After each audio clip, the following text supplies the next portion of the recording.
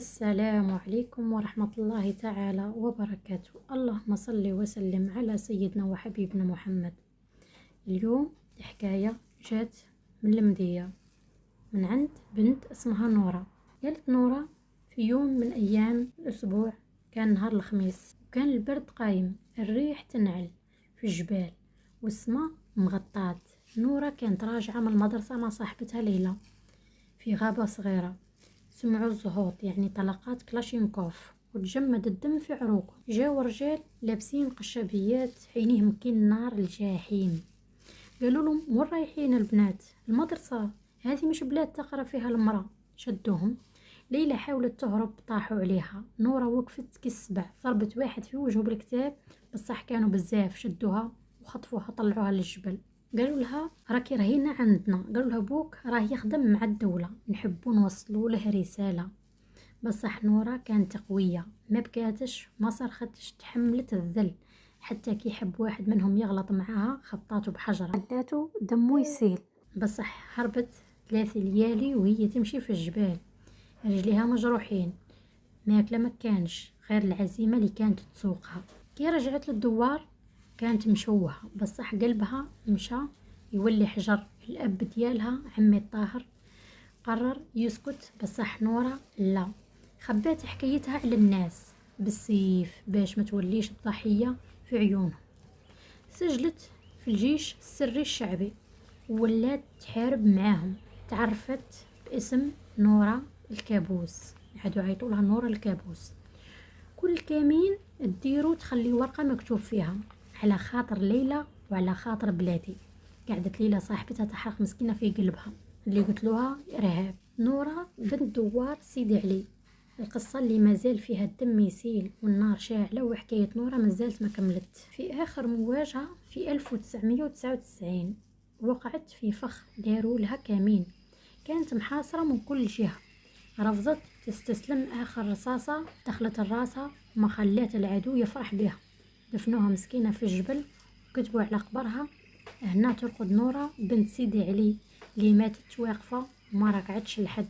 مرت 5 سنين على موت نورة، ومن هذاك النهار نورة ولات أسطورة في الدوار. كل طفلة تولد يسميوها نورة على اسم الشجاعة، على اسم اللي ما خانتش البلاد. هنا مرت 5 سنين على موت نورة، الدوار رجع شبه هادئ، لكن الجراح باقية. العشرية ما راحتش من القلوب، والناس ما نساوش الكابوس، والله نساو نورة الكابوس كما كانوا يعيطولها. في 2004 نهار شتوي جا واحد للدوار راكب حمار لابس كبوط ومطاطي راسو دار دار يسقسي على دار عمي الطاهر والد نورة. كي وصل دخل سكوتي وبصوت واطي قال لهم: أنا اسمي خالد، كنت مع نورة. الناس تجمعوا، عيني كانوا حمر وشاحبة، كل شاف الموت ومات. ورجع جلس قدام عمي الطاهر وقال: نورة ما ماتتش في الجبل كما قلتوا. الدوار تصدم. خالد حكى لهم كلش، قال باللي نورة نهار الكمين ما قتلتش روحها كما يقولوا. جماعة التبانين اللي كانوا يخدموا مع أطراف غامضة، مرة مع الجبل، مرة مع الدولة، مرة مع نفسهم، خطفوها وداروا رواحهم دفنوها، لكن في الحقيقة خلاوها حية، حابسينها في مغارة وسط الغابة يستخدموا فيها باش يستدرجوا المجاهدين الحقيقيين ويقتلوهم. كل واحد كان يجي يدور على نورة كان يرجع جثة. قال خالد: أنا كنت معهم غصب، حتى نهار سمعت نورة تدعي عليا تبكي فهمت باللي أنا عايش كل جيفة وهربت من هذاك الجبل. عمي الطاهر تبدل، ما بقى شيخ عجوز، ولات عينيه تقدح نار. نوض رجال وداروا مجموعة سرية سماوها ولاد نورة. بدات تصفية الحسابات، في كل مرة يتيحوا فيها واحد من جماعة التبانين يخلوا وراهم علامة واحدة، حرف محفور فوق الحيط وفوقه دم. الدوار رجع يعيش في رعب جديد، الناس ما بقاوش ينعسوا ولا يهنا لهم بال ولا يرقدوا، الليل كامل هما واقفين يعسوا. كل أسبوع يسمعوا على واحد تقتل، والمرة هذه ماشي كالعادة. القتلى ماشي غير مجموعة تبانين. بداو يطيحوا حتى مولات الدوار. واحد من الشيوخ قال لهم راهي كاينة يد خفية، راهي كاينة خيانة. نهار 3 واحد الفلاح لقى ورقة تحت صخرة مكتوبة بخط مرعوب: اللي مع نورة راهو مرصود، واللي خانها راهو وسطكم. الدوار تزلزل، الشك دخل بين الناس، حتى الجيران ولا تشك في بعضها. حتى عمي طاهر بدا يحس باللي راهم مراقب. خالد اللي كان شاهد مفتاح بدا يتخبى، ما بقاش يخرج. في جنازة واحد من المجاهدين القدامى الناس تجمعت، وبدا عمي طاهر يخطب: نورة راهي ما ماتتش، نورة حية فينا، بصح بيناتنا كاين اللي باعها، وهذا اللي لازم يخلص الثمن.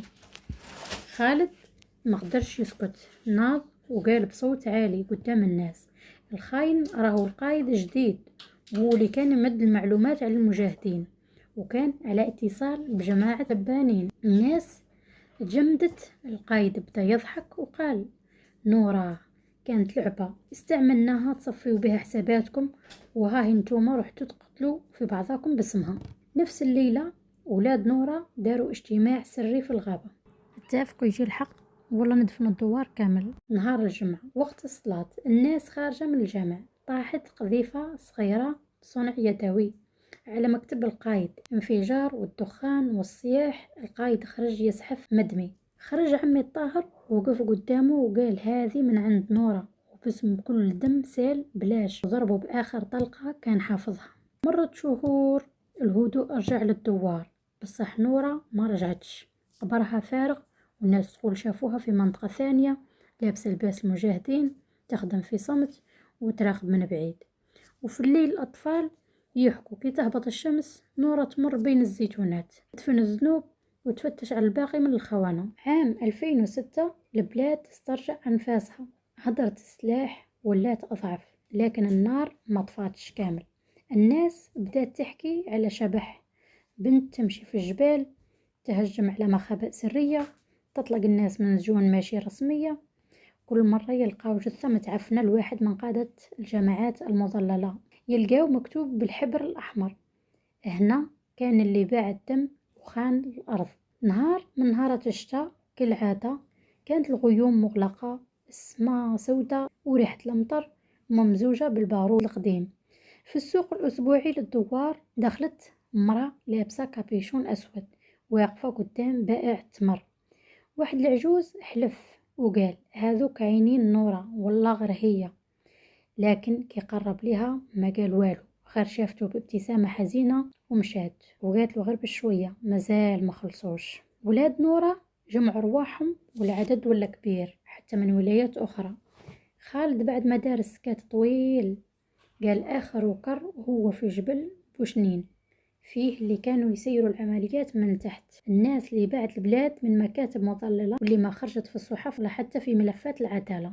نورة ظهرت أخيرا، ما كانت الشبح، كانت لحم ودم، وجهها فيه ندبة، عينيها كالسيف، وصوتها ما تبدلش: اللي جا معايا راهو داخل الجحيم، واللي خاف يروح اليوم. الليل ظلام، المطر يصب والرياح تصيح. نورة وولادها زحفوا للجبل وكل واحد حافظ دوره. المكان كان محصن، فيه سلاح ثقيل، حراسة مشددة، بصح نورة عرفت الطرق السرية، كانت من الداخل وكانت تعرف خرايطهم. المعركة دامت ساعات، الرصاص يطاير في الهواء، الصراخ، الدخان غطى الغابة.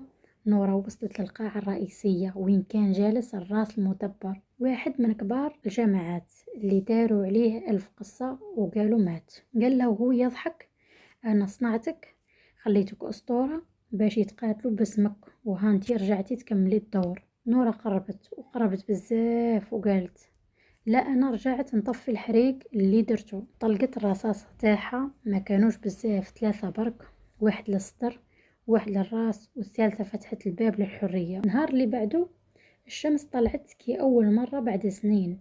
الناس خرجت، شافوا نورة ماشية في طريق الغابة، ماشية وحدها، ساكتة، ماشي هاربة ماشي راجعة، فقط ماشية. دار صغير فيه لوحة مكتوب فيها: هنا تسكن نورة وما تستقبل حتى واحد إلا إذا جاء للحق.